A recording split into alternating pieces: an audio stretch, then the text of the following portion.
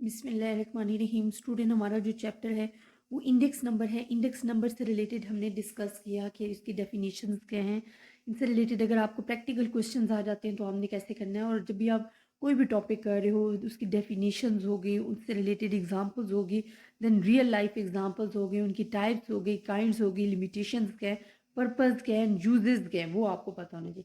अब index number से related हमने उसकी टाइप्स को डिस्कस किया, डेफिनेशंस को डिस्कस किया और कुछ एग्जांपल्स डिस्कस किए। आज हम डिस्कस करेंगे कि what is the limitation of index number. Basically तो ये टॉपिक आपको जब तमाम का तमाम चैप्टर पढ़ लेना चाहिए था, तब आपको पढ़ाना चाहिए था, बट मैं सीक्वेंस वाइज आपके जो बुक का सीक्वेंस है उसके मुताबिक चाह रही हूँ। ये पंजाब यूनिवर्सिटी पार्ट 1 की बुक है जो कि मैं आपके साथ डिस्कस कर रही हूँ। तो मैं चाहती हूँ कि वैसे तो मुझे ये टॉपिक तमाम कोर्स कवर करवा के करना चाहिए था इंडेक्स नंबर का, बट ये मैं आपको करवा रही हूँ, इंशाल्लाह आपको समझ में आ जाएगा मज़ीद जब आपको आगे लेक्चर्स दूंगी। अच्छा, लिमिटेशंस क्या हैं इंडेक्स नंबर की, हमारे पास ये टॉपिक है। वो कहते हैं some limitations are given. First वो कहते हैं it is not possible to take into account all changes in product. इसका क्या मतलब है कि आप तमाम की, आपके लिए ये पॉसिबल नहीं है कि आप तमाम की तमाम चेंज प्रोडक्ट की जो चेंजेस हैं उनको डिस्कस कर सकते हो। हम कहते हैं it is not predictable to price all the goods and services as well as to take into account changes in quantity और प्रोडक्ट।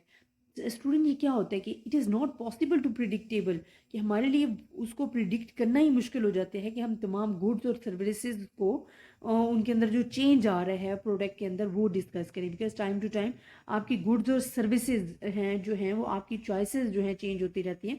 तो इट इज़ नॉट पॉसिबल कि हम प्रिडिक्टेबल करें आपकी तमाम की तमाम गुड्स और सर्विसेज को, बिकॉज उन गुड्स और सर्विसेज में से बहुत सारी चीज़ें ऐसे होंगी कि आपकी चॉइस चेंज होगी और आपकी गुड्स और सर्विसेज जो हैं may be it possible to change it.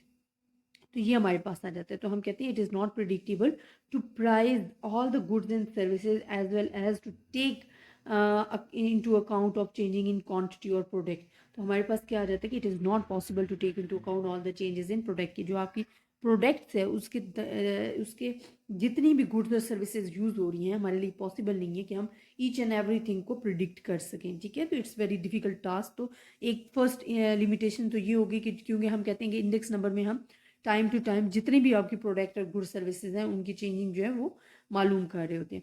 Second limitations क्या है, हम कहते हैं all index numbers are not suitable for all purpose. ठीक है, अब ये ज़रूरी नहीं है कि आपका इंडेक्स नंबर जो है वो तमाम के लिए एक ही सूटेबल हो। तो ये not suitable for all purpose, हमारे पास क्या आ जाता है कि the users as therefore strongly advise to essentially understand the purpose for which index number has been constructed. कि जो इंडेक्स नंबर बन रहा है तो हमारे लिए बहुत ज़रूरी है कि जब भी आप इंडेक्स नंबर यूज़ कर रहे होते हो तो यूज़र्स आपको डिस्कस करता है, स्ट्रांगली एडवाइज करता है कि आपको उसका पर्पस पता हो जब आपने इंडेक्स नंबर कंस्ट्रक्ट करना है। ठीक है, तो हमारे लिए ऑल पर्पस के लिए इंडेक्स नंबर सुटेबल नहीं है। ये सम के लिए होता है, वो आपको मेन पहले पर्पस पता होना चाहिए, और इंशाल्लाह मैं इंडेक्स नंबर का पर्पस भी बताऊंगी कि हमारे पास क्या होता है। अगर मैं थोड़ा सा इस पे बता भी दूं कि जो इंडेक्स नंबर का पर्पस है वो बेसिकली हमारे पास है कि आपने ये तो पढ़ा है कि इंडेक्स नंबर जो है वो मेजर करते हैं changes in quantity of all the values goods and service, और कंपेयर करने के लिए यूज हो रही होती है। लेकिन जब पर्पस की बात आ जाती है कि इंडेक्स नंबर का बेसिकली पर्पस क्या है, तो वो हमारे पास स्टूडेंट क्या आ जाता है कि फर्स्ट पर्पस आप कह सकते हो कि which an index number is to serve, कि आपने कंपैरिजन, अगर टू स्टूडेंट्स को कंपैरिजन करना है उनकी लेवल ऑफ प्राइजेज या प्रोडक्शन को, तो वो आपने किस चीज़ या वेजेस ऑफ फैक्ट्री को, तो किस चीज़ को करना है। तो हम कहते हैं the first purpose is to understand the purpose which an index number is to serve, कि आपने बेसिकली यूज किस लिए करना है। नेक्स्ट हमारे पास क्या आ जाता है, व्हाट शुड बी इंक्लूडेड, फिर उसमें इंक्लूड क्या होना चाहिए। जब भी आप इंडेक्स नंबर यूज़ करना है ना तो आपको ये पता होना चाहिए कि मेन बेसिकली हमारा पर्पस क्या होता है इंडेक्स नंबर्स को, फिर हमने उसे यूज़ कर फिर what period we can should be chosen as a base period, कि हमने बेस पीरियड को कैसे चूज करना है आपको ये पता होना चाहिए। फिर हमारे पास क्या होता है कि what method of averaging should be arrive to solving your questions. ठीक है, कि आपने अपने क्वेश्चन को सॉल्व करने के लिए कौन सा मेथड यूज़ करना है। तो जब भी आप इंडेक्स नंबर यूज़ करोगे तो इट्स अ बेसिक एडवाइस कि आपको पता होना चाहिए कि बेसिकली आप इंडेक्स नंबर्स का यूज़ क्यों कर रहे हो और किस पर्पज़ के लिए कर रहे हो। तो ये हमारे पास एक लिमिटेशन ऑफ इंडेक्स नंबर आ जाती है। थर्ड हमारे पास क्या है, there may be errors in choice of base period. अच्छा, यहाँ आपको क्या कह रहे हैं, एरर आने के चांसेस होते हैं।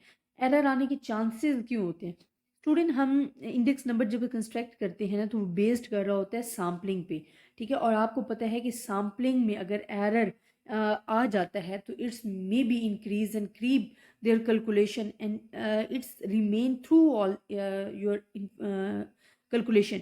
आपके पास क्या होता है कि जो अगर एरर आ गया आपकी कैलकुलेशन में इंडेक्स नंबर के दौरान, बिकॉज इंडेक्स नंबर में सैम्पलिंग जो है वो यूज़ हो रही होती है, और सैम्पलिंग में आपने पढ़ा था कि एरर आने के चांसेस होते हैं बायस्ड और अनबायस्ड। तो बायस्ड अगर कैलकुलेशन एरर आ गया तो वो क्रीप करेगा इनटू देयर कैलकुलेशन, तो वो फुल कैलकुलेशन जब तक आप कर रहे हो तो वो साथ साथ एरर जो है वो ऐड होता जाएगा।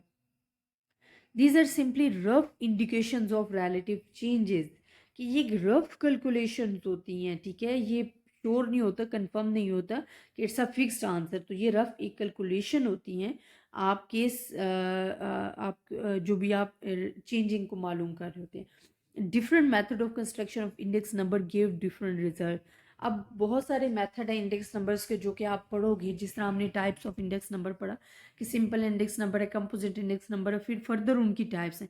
तो आप जब एक ही बेसिक मतलब अपनी जो आपको डेटा गिवन है, अगर आप वो यूज़ करते हुए डिफरेंट मेथड्स के ज़रिए अप्लाई करोगे तो आपको डिफरेंट आंसर ही आएंगे, सेम आंसर नहीं आएंगे। तो this is the limitation of index number. तो ये इंडेक्स नंबर्स की सम लिमिटेशंस हैं जो कि हम आगे जब इंडेक्स नंबर्स को प्रॉपरली उनकी टाइप्स को भी डिस्कस करेंगे, पढ़ेंगे, तो आपको साथ साथ समझ में आएगा कि ये लिमिटेशंस ऑफ इंडेक्स नंबर्स मैंने जो आपको पढ़ाई हैं वो कैसे कैसे आपके पास ट्रू हो रही हैं। तो आई होप स्टूडेंट आपको इस लेक्चर की समझ आई होगी। अगर आपको फिर भी किसी भी किस्म की कन्फ्यूजन है आप मुझसे डिस्कस कर सकते हो। इंशाल्लाह नेक्स्ट हम topic uses of index numbers भी पढ़ेंगे, because it's the most important. आप कोई भी टॉपिक पढ़ रहे हो आपको उसकी डेफिनेशंस, उसकी रियल लाइफ एग्जांपल्स, उसकी टाइप, उसकी लिमिटेशन, उसके यूजेस और उसका पर्पस पता होना चाहिए।